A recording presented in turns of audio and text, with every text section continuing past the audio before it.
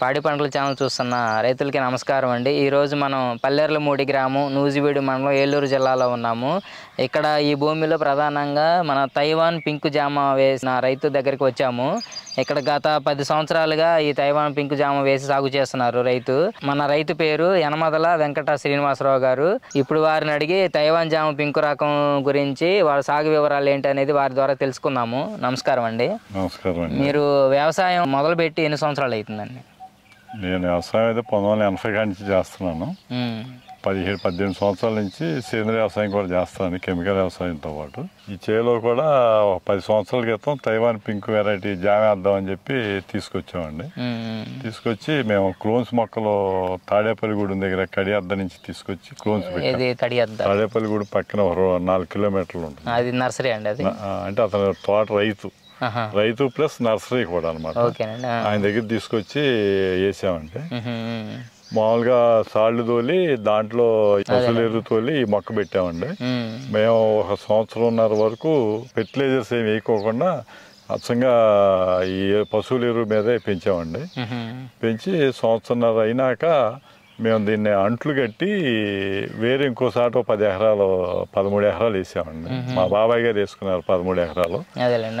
దాంట్లోకి అన్ని దీంట్లో అంట్లు కట్టుకున్నాడు. వేరే మళ్ళీ మనం కొనుక్కురావడానికి చాలా కాస్ట్ అవుతుందండి. ఎకరానికి నా దగ్గర చేయటం కానీ 40,000 అవుతుందండి. అంటే హై డెన్సిటీలో మొక్కలు తీసుకురావటం.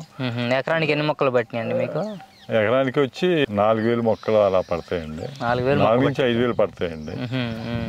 దానివల్ల కొంచెం మరి 13 ఎకరాలు వేయాలంటే ఖర్చు ఎక్కువ పెట్టాల్సి వస్తుందని చెప్పి మేము దీంట్లో అంట్లు కట్టి సొంతంగా అంట్లు కట్టించుకుని ఆ అంట్లు తీసుకెళ్ళి వేసామండి. వేసి దాన్ని పెంచామండి. పెంచి అది 3 సంవత్సరాలు వచ్చి కాపుకి వచ్చినప్పుడు కూడా మన హార్టికల్చర్ కమిషనర్ గారు చిరంజీవి చౌదరి గారు ఉన్నాడు. ఆయన కూడా మన చేలోకి వచ్చి 2-3 గంటల నుండి వెళ్ళారండి.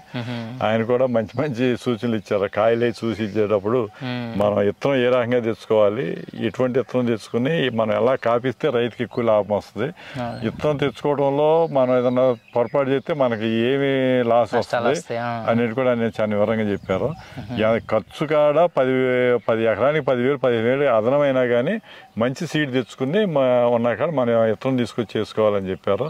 అలా అదే మంచి సీడ్ వచ్చినప్పుడు మనకి దిగుబడి కూడా బాగా వస్తుంది, ప్లస్ కాయ సైజు కూడా బాగా వస్తుంది అని చెప్పారండి. ఆయన వచ్చి 4 గంటల నుండి చేలో ఉండి వెళ్ళారు. ఆయన మంచి సలహాలు కూడా ఇచ్చారు. ఇప్పుడు ఇది 10 సంవత్సరాల మొక్క అంటున్నారు కదా, ఇప్పుడు ఫస్ట్ సంవత్సరం మీరు వేసుకున్నప్పుడు ఎన్ని రోజులకి కాపుకి వచ్చింది మీకు? ఫస్ట్ సంవత్సరం వేసుకున్నప్పుడు అండి మేము కాపు కన్నా కూడా మొక్క పెరగటానికి ఎక్కువ ప్రయత్నం చేసామండి. ఇది అంట్లు కట్టుకోవాలని చెప్పి మొక్క ఎక్కువ పెరిగిన తర్వాత మేమే సొంతంగా చేలో అంట్లు కట్టామండి. తర్వాత అంట్లు కోసేసిన తర్వాత దీన్ని మేము క్రాప్ కాపామండి. క్రాప్ కాపుతూ మొదలుపెట్టిన కాడి నుంచి రోజుకి 10-15 మంది వచ్చేవాళ్ళు అండి. ట్రేకి 300-250 కాడి నుంచి 500 దాకా ఇచ్చేవాళ్ళు ఆ రేట్ మీద బట్టి. క్లోజ్ తీసుకొచ్చేస్తే మనకి 10 నెలలకి కాపుకి వస్తుంది. 10 నెలల కాపు అంటే బతికిన కాడి నుంచి కూడా ఇగుళ్ళు వచ్చినాయి మనం గిల్లుకుంటా, కాయలు వచ్చినా పూత పోసిన సరే గిల్లు వేసుకుంటా దాన్ని మనం ప్రూనింగ్ చేసుకుంటూ పెంచుకోవాలండి. చుట్టూ బొట్టెల్లో 5 నుంచి 6 నెలలకే చక్కగా బొట్టెల్లే తయారయ్యి 2 అడుగులన్నర 3 అడుగులు ఎత్తు అవుతుందండి. అప్పుడు మనం తుంచకుండా ఉంటే ఏపుగా పైకి వెళ్తుందండి. కొమ్మలు వద్దే రావండి. 4వ 3వ వచ్చి అయ్యే పైకి వెళ్తాయి. మనకి కోసుకుంటానికి కానీ మనకి అందుబాటులో ఉండదు. పైపెచ్చు మనకి మండలు ఎక్కువ లేని మీద దిగుబడి కూడా రాదండి.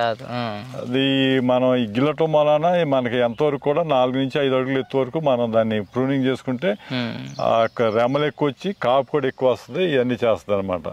మనం 5 నెలల తర్వాత మనం కొంచెం చెట్టుకు 4, 5, 10 కాయలు కొంచెం అట్లా వదిలేసుకుంటే అవి మనకి 9 నెలల నుంచి మనకి కాపు వస్తుందండి. 9 నెలల నుంచి ఎన్నో కానీ కోసుకోవచ్చు. అలాగే 11 నెలలు 12 నెలలు వచ్చేసరికి మా ఫుల్ ప్లెడ్జ్గానే కాపు వస్తుందండి. ఇది వేయటం కూడా మేము హై డెన్సిటీతో వేసామండి. హై డెన్సిటీ అంటే ఒక సైడ్ వచ్చి 2 మీటర్లు పెట్టామండి. ఒక సైడ్ వచ్చి మీటర్కి మొక్క పెట్టామండి. అలా ఒక 3 సంవత్సరాలు 4 సంవత్సరాల్లో ఈ ప్రూనింగ్ చేయటం వల్ల మనకి ఎక్కువ ఆదాయం వస్తుందండి. మనకి దిగుబడి ఎక్కువ వస్తుంది. ఆదాయం అంటే దిగుబడి ఎక్కువ వస్తుంది. అంటే ఇప్పుడు హై డెన్సిటీ అంటే ఎకరానికి ఎన్ని మొక్కలు పట్టినాయి అంటారు? ఎకరానికి వచ్చి 4 నుంచి 5,000 దాకా పడతాయండి. అదే ఫస్ట్ లో చెప్పినట్టుగానే ఎకరానికి 4,000 నుంచి 5,000. 3-4 సంవత్సరాలు అయినాక ఈ ఒక రోలో మొక్క తీసేస్తే అప్పుడు ఎటు చూసినా కానీ ప్రతి మొక్కకి కూడా 2 మీటర్ల గ్యాప్ అంటే దాదాపుగా 5 నుంచి 6 అడుగులు ఉంటుందండి. మనం ఎప్పుడు కూడా గిల్లుకుంటాం, మనం ఎప్పుడు గుబురుగా పెంచుకుంటాం కాబట్టి చిల్లలై వచ్చి అంతవరకు మనకి 5 నుంచి 6 అడుగుల లోపు ఎత్తులోనే మనకి ఇదవుతుంది, దిగుబడి కూడా ఎక్కువ వస్తుందండి. ఇప్పుడు ఇది మరి అట్లా వెళ్ళినా కానీ మీకు 10 సంవత్సరాలు బాగా హైట్ పెరిగిన తర్వాత కొట్టేశారు. అది ఈ తోట వచ్చి బాగా 10 అడుగులు 12 అడుగులు ఎత్తు అయిపోయిందండి 10 సంవత్సరాలు వచ్చేసరికి. అవటం వల్ల మనం కొయ్యటానికి కానీ మనం ఏదైనా కొంచెం సస్యరక్షణకు ఏదైనా మందులు అవి కొట్టడానికి చేయడానికి కొంచెం ఇబ్బందిగా అవుతుందని చెప్పి ఒక 3 అడుగులు ఎత్తుకి మొత్తం అంతా తీసామండి తోట, అంటే నరికేసాం. 3 అడుగులు ఎత్తునేసరికి ఆ కొమ్మలన్నీ కూడా ఉన్నాయి, 4 కొమ్మలు 3 కొమ్మలు ఉన్నాయని ఇగుళ్ళు వచ్చినాయండి. బాగా ఇగుళ్ళు వచ్చి పెరిగితే మళ్ళీ ఆ ఇగుళ్ళు కూడా మేము మూలకెళ్ళటం, అంటే చిగుళ్ళు గిల్లేస్తే ఆ రెమ్మల కాడి నుంచి గుబురుగా పెరగటం, ప్లస్ ఆ రెమ్మల కాడి నుంచి పూత పింద కూడా వచ్చిందండి. ఇది మేము నరికి ఒక 3 నెలలు అవుతుంది, 2.5-3 నెలలు అవుతుందండి. ఇగుళ్ళే వచ్చినాయి, పూత పింద కూడా ఉంది. ఇంకో 2 నెలలకి ఇది కాపు కూడా కోసుకోవచ్చు అండి. మీకు మాక్సిమం ఎన్ని రోజులు కాయలు కోసుకోవడానికి అవకాశం ఉందండి తోటలో ఒక ఎకరానికి? ఒక ఎకరానికి వచ్చి మ్యాక్సిమం 10 నెలలు తెగుతాయండి. అంటే సంవత్సరం పొడుగుగా తెగుతాయి.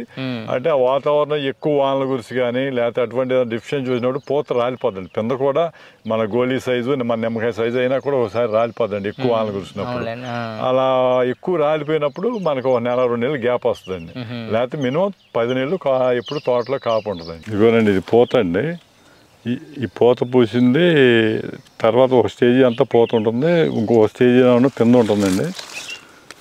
ఇంకో స్టేజీ వచ్చి తయారైన కాయలు ఉంటాయండి కోసుకుంటానికి, తయారైన కాయలు ఉంటాయండి కోసుకునేవి.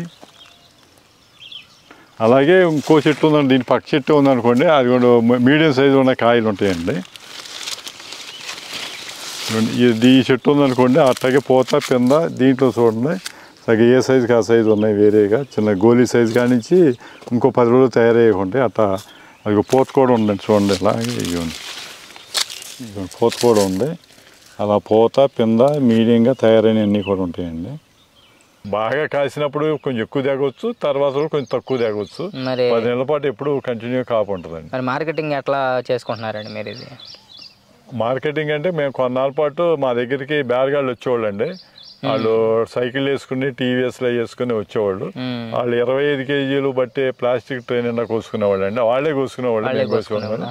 వాళ్ళే కోసుకుని మనకి ఆ రేట్ని బట్టి 250 నుంచి 500 దాకా ఇస్తారండి. ఇక కుడియాడంగా ఒక 50 అటుకి ఇచ్చి వెళ్తారండి. ట్రేకి 250 రూపాయలు, 250 నుంచి 500 దాకా. ఎన్ని కేజీలు ఉండొచ్చు? 25 నుంచి 30 కేజీలు ఉంటుందండి. 30 కేజీలు ఒక ట్రే వచ్చేసి 250-300 లోపు యావరేజ్ గా రేట్. 250-300 సఫిషియెంట్ అండి, 300 తక్కువ ఇస్తారు. మీకు ఎకరంలో మరి రోజుకి వచ్చేసి ఎన్ని ట్రైలు తెగొచ్చండి అవకాశం, అంటే యావరేజ్గా వేసుకుంటే? రోజు మనకు కంటిన్యూగా తెగితేనే మనకు రేట్ అది వస్తుంది కాబట్టి రోజు 10 నుంచి 20 ట్రైల వరకు కోసుకోవచ్చు అండి. అందుకన్నా మనం చైనా తిప్పుకోసాం అనుకోండి, 2వ రోజు 3వ రోజు ఉండవు అనుకోండి, అవి అమ్ముకునే వాళ్ళు కూడా సైమల్టేనియస్ గా ఉండాలి కదా. మళ్ళీ వాళ్ళు ఖాళీగా ఉంటారు, మళ్ళీ ఇంకో పనికి వెళ్తే మధ్యలోకి రారు. మన ప్లాన్ అలా చేసుకోవాలి. మనం ఎన్ని తెగుతున్నాయో అలా డైలీ తెగేటట్టు చూసుకుని వాళ్ళు వస్తారు, వాళ్ళకే పని సరిపోద్ది. డైలీ ఉండటం వలన ఏంటంటే ఈ తయారైన కాయ పాడవుకోకుండా ఇప్పుడు కాబట్టి తయారైన కాయ కోసుకుంటా అనుకుంటుందండి. మనం డైలీగా అయిపోతే తయారైన కాయ రాలిపోద్ది, పండిపోద్ది. కొంచెం ఎక్కువ మాగే ముగ్గేసరికి దానికి పండుగ లాంటిది వస్తుంది, మళ్ళీ ఆ ఏగ మళ్ళీ ఇంకా కాయలు ఇచ్చేస్తూ ఉంటుంది. అది కూడా తేడా వస్తుందండి అనమాట. మీకు మామూలుగా మార్కెట్లో మీకు బాగానే వెళ్తుందండి కాయ? మామూలు నాటుకాయతో పోల్చుకుంటే దీనికి రుచి లేదని చెప్పేసి కొంతమంది రిజెక్ట్ చేసిన సందర్భాలు కూడా ఉన్నాయి కదా. ఇది మామూలుగా లక్నో 14 అలహాబాద్ సఫేద్ అని పోల్చుకుంటే ఇది కాయ అయితే బాగుంటుందండి. తినడానికి కాయ దానికని ఇదే బాగుంటుంది. కాకపోతే అంటే ఒక 2 నెలలు పండుగ వచ్చి కాయ చక్కగా తయారైన రంగు వచ్చేసరికి లోపల పురుగు వచ్చేస్తుందండి. దానివల్ల తైవాన్కాయ తినాలంటే అమ్మో పురుగులు ఉంటాయి అనేటువంటిది అపోహ అనమాట. అపోహ కదా, వాస్తవం కూడా. మరి మన పండుగ అది రాకుండా ఉండటానికి, ఆ పురుగు అది రాకుండా మనం పర్ఫార్మెన్స్ ట్రాప్స్ ఇలాంటివన్నీ పెట్టుకుంటూ ఉంటే మనం కొంచెం సస్యరక్షణ కొంచెం ఎక్కువ తీసుకోవాలండి. మన అలహాబాద్ సయ్యదా 49 కన్నా కూడా దీనికి కొంచెం సస్యరక్షణ అనేది కొంచెం ఎక్కువ తీసుకుంటూ ఉండాలండి. ఉంటే అప్పుడు రైతుకి గిట్టుబాటుగా ఉంటుందండి. ఇప్పుడు మరి వాటర్ ఎన్ని రోజులకు ఒకసారి పెట్టుకుంటున్నారండి? వాటర్ యాసంగాలం వచ్చేసరికి 6 రోజులు 7 రోజుల లోపే పెడతామండి. అంటే ఈ తైవాన్ లేకపోతే ఎట్లా అంటే కొంత డ్రిప్ ఉందండి, కొంత దీనికి ఫ్లడ్ ఇరిగేషన్ ఇస్తామండి. డ్రిప్ వచ్చేసరికి రోజు 2 గంటలు 3 గంటలు ఇస్తాము. ఫ్లడ్ ఇరిగేషన్ సరే ఒక 5 రోజులు 6 రోజులకి ఇవ్వాలండి. దీనికి మామూలు తైవాన్ వెరైటీకి కొంచెం వాటర్ ఎక్కువ కావాలి, తేమ ఎక్కువ కావాలండి. అలాగే లక్నో 49 కానీ అలహాబాద్ సఫేదా కానీ లక్నో 49 కానీ అయితే ఇంకో 2 రోజులు అదమైనా కానీ అది తట్టుకుంటుందండి. దీనికి నీళ్ళు ఎక్కువ కావాలి. నీళ్ళు ఎక్కువ ఉంటేనే దిగుబడి కానీ ఆ పోదా పిల్ల రోజు నీళ్లు పెట్టే అవకాశం ఉండాలి. రోజు నీళ్లు పెట్టే అవకాశం ఉండాలి. అంటే భూమి కూడా ఏ భూమి సూటబుల్ అండి దీనికి? దీనికి ఇది వచ్చి నల్లరేగడి నేల అంటారండి. నల్లరేగడి నేల చోటబుల్లే, గరప నేల కూడా చోటబుల్లే, అన్ని నేలలో చోటబుల్లి అవుతాయి. సౌడు లేకుండా ఉంటే మా ఏరియా అయితే సౌడు అయితే లేదు, మా కింద అంతా కూడా బాగానే ఉంటుంది. నల్లరేగడి నేల అయితే ఇంకెక్కువ ఉండదండి. అదే ఎర్రరేగడి ఇసుక నేలలో, గరప నేలలో, ఎర్ర నేలలో అయితే జామ జనరల్గా ఒక 10 నుంచి 12 సంవత్సరాల లోపు చచ్చిపోద్దండి. అంటే ఒకేసారి చచ్చిపోదు, నిదానంగా 10% 20 అలా పోతూ ఉంటుంది. మేము అనుకోవటం నల్లరేగడి నేల అయితే మినిమం 15 years పైనే ఉంటుంది. ఈ చేను వచ్చి నల్లరేగడి నేల అండి. ఇప్పుడు 11వ సంవత్సరం ఎక్కడ కూడా ఒక్క మొక్క కూడా చచ్చిపోలేదండి. ఇప్పుడు మీరు చూసిన అనుభవం ప్రకారం ఎన్ని సంవత్సరాలు బతికిన తైవాన్ జామ మాక్సిమం? నేను అనుకోవటం అయితే ఇంకో 10 సంవత్సరాలు ఉంటుంది అనుకుంటున్నాను. అంటే ఈ నెలలో ఇంకో 10 సంవత్సరాలు, 10 సంవత్సరాలు అయితే ఇంకో 10 సంవత్సరాలు ఉంటుంది, 20 సంవత్సరాలు మాక్సిమం. అంటే ఇది ఎక్కువ లాంగ్ పీరియడ్ క్రాప్ కాదు కదా, పంట కాదు కదా. అంటే ఆ తర్వాత మళ్ళీ పీకేసుకొని వీళ్ళతో సహా మళ్ళీ 2 సంవత్సరాలు ఏదో ఒక వ్యవసాయం చేసుకుని ఏ రోజు అంతా కుళ్ళిపోయి మళ్ళీ భూమి మళ్ళీ మామూలుగా మనం తయారు చేసుకున్నాక మళ్ళీ తోటలుగా వేసుకోవడం అది చేయాలండి. అదేలేండి.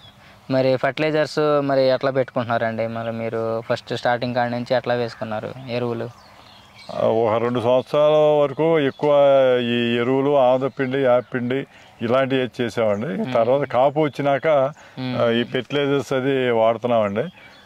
దీంట్లో కూడా వచ్చి కలుపుకి ఎక్కువ డబ్బు ఖర్చు అవుతుందండి.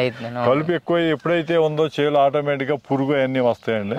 దాంట్లో ఇది అవుతుంది. దాంట్లో ఆటోమేటిక్గా ఈ జామకు వచ్చేది పొండే కానండి, ఆ ఏగా ఎఫెక్ట్. ఈ కలుపు అది ఎక్కువ ఉండేసరికి అది ఎక్కువ కూడా ఉండటానికి, అది ఎక్కువ దాక్కుని ఉండడానికి కూడా అవకాశం ఎక్కువ ఉంటుంది. మరి మీరు కలుపు నివారణ చర్యలకు ఏం చేస్తున్నారు? మరి మీరు మనుషులతో ఒకసారి చెక్కిస్తూ ఉంటారండి. కింద హ్యాండిల్ పంపేసుకుని, అంటే గ్లైసల్ కానీ ఇలాంటి మందులు కొట్టరండి. ఈ గ్రామోక్సిన్ లాంటిది చిన్న ఇదిగా ఉన్నప్పుడు పైన పడుకోకుండా నాజిల్కి డూ తగిలిచ్చి ఆ ఆకుల మీద పడేటట్టుకుంటే చచ్చిపోతాయండి. పెద్దదైతే మొదల దగ్గరలో పెద్ద మనుషులతో పీకిస్తాం, మగవాళ్ళతో పారలు తక్కేపిస్తామండి దెమ్మల్ని. అలా చేయటం వల్ల ఇది అవుతుందండి. లేకపోతే అచ్చంగా మనం వేరే కలుపులు కొట్టినా కానీ తోట ఎఫెక్ట్ అవుతుందండి. మనం ఎంత చెప్పినా, మనం ఎంత జాగ్రత్త కొట్టినా కానీ కలుపు మందులు ఎక్కువ వాడితే దాని ఎఫెక్ట్ అనేది తోట మీద కూడా పడుతుందండి. పురుగులు కానీ తెగులు కానీ ఏం వస్తాయి? దీనికి ఏ మందులు వాడుతున్నారండి? ఎక్కువ ఇది దోమ రాకోకుండా కొంచెం ఇది వాడతామండి, కొంచెం వేప నూనె అవి కూడా వాడతామండి. 1-2 సంవత్సరాలు 20 కూడా బాగా పోసామండి. ఇప్పుడు కూడా సంవత్సరానికి ఒకసారి ఏదో టైంలో కొంచెం ఖర్చు ఎక్కువ అవుతుందండి. అంటే లోపలికి బండి వెళ్దో, ట్రాక్టర్ కానీ ఏమి వెళ్దో, మనుషులతో జారబోయాలంటే మనకి 3000 అయ్యే కాడ 10,000 అయ్యే ఛాన్స్ కూడా ఉంటుందండి. అంటే ఎరువు పోస్తే తోట లైఫ్ ఎక్కువ ఉంటుందండి. మన ఖర్చు ఎక్కువైనా లైఫ్ ఎక్కువ ఉంటుంది, ప్లస్ ఖర్చుతో పాటు మంచి క్వాలిటీ కూడా ఉంటుందండి. మంచి రుచి, క్వాలిటీ అది కూడా ఉంటుందండి. అది అచ్చంగా ఫెర్టిలైజర్స్ మీద మనం వెళ్తే ఇది 20 ఏళ్ళ పీరియడ్ ఉంటుందండి. నాకు తెలిసేది 12 ఏళ్ళు 13 ఏళ్ళకే దాన్ని అయిపోతుంది.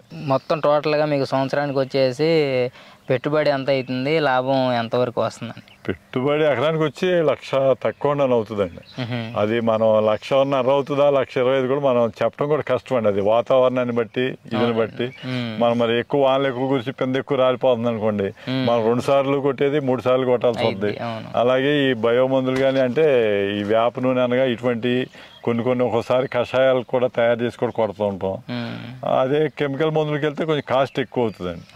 ఎప్పుడన్నా మరి 2-3 సార్లు 1,00,000 నుంచి 1,30,000, 1,50,000 దాకా అయ్యే ఛాన్స్ ఉంటుంది. 1,00,000 నుంచి 1,50,000 దాకా అవుతుందండి. మీరు సంవత్సరం మొత్తం మీద మనకి వచ్చిన ఆదాయం ఎంతవరకు రావచ్చండి? యావరేజ్ మార్కెట్ ఉన్న కాడి నుంచి ఒక 3 లక్షల దాకా వస్తుందండి. అంటే ఖర్చులు బాను ఒక 2 లక్షలు, 1,50,000 నుంచి 2 లక్షలు మిగులుతాయి అంటారు. అయితే 1,50,000 గట్టిగా మిగులుతాయి. సొంతంగా చేసుకుంటే 1,00,000 గట్టిగా మిగులుతాయండి. లేదు మనం లీజ్కి ఇచ్చామనుకోండి, మరి లీజ్కి ఇచ్చిన అతను కూడా బతకాలి కదా, అతను కూడా ఉండాలి. కాబట్టి బట్టి ఇచ్చుకుంటారు. ఇక్కడ ఉన్నటువంటి పరిస్థితులను బట్టి ఇచ్చుకుంటామండి. చిన్న రైతు చేసుకుంటే కనుక, సొంతంగా చేసుకుంటే ఇంట్లో భార్య పిల్లల అతను చేసుకోగలిగితే తైవాన్ రకం మంచి లాభమే వస్తుందండి. అంటే ఓర్పుగా మనం సొంతంగా చేలో చేసుకోగలగాలి, అలాగే మనం కోసుకొని మార్కెట్ చేసుకోగలిగితే మంచి ఆదాయం వస్తుంది. అది ఇదండి మన రైతు యనమదల వెంకట శ్రీనివాసరావు గారు చెప్తున్నది.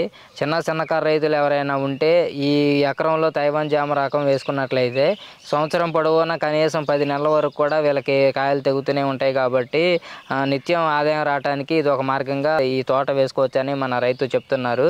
ఇదే విధంగా ప్రతి రైతు కూడా మార్కెట్కి అనుకూలంగా ఉన్న పంటలు వేసుకొని ప్రతిరోజు ఆదాయం పొందే మార్గంగా పంటలు వేసుకొని అధిక ఆదాయం పొందాలని కోరుకుంటున్నాము.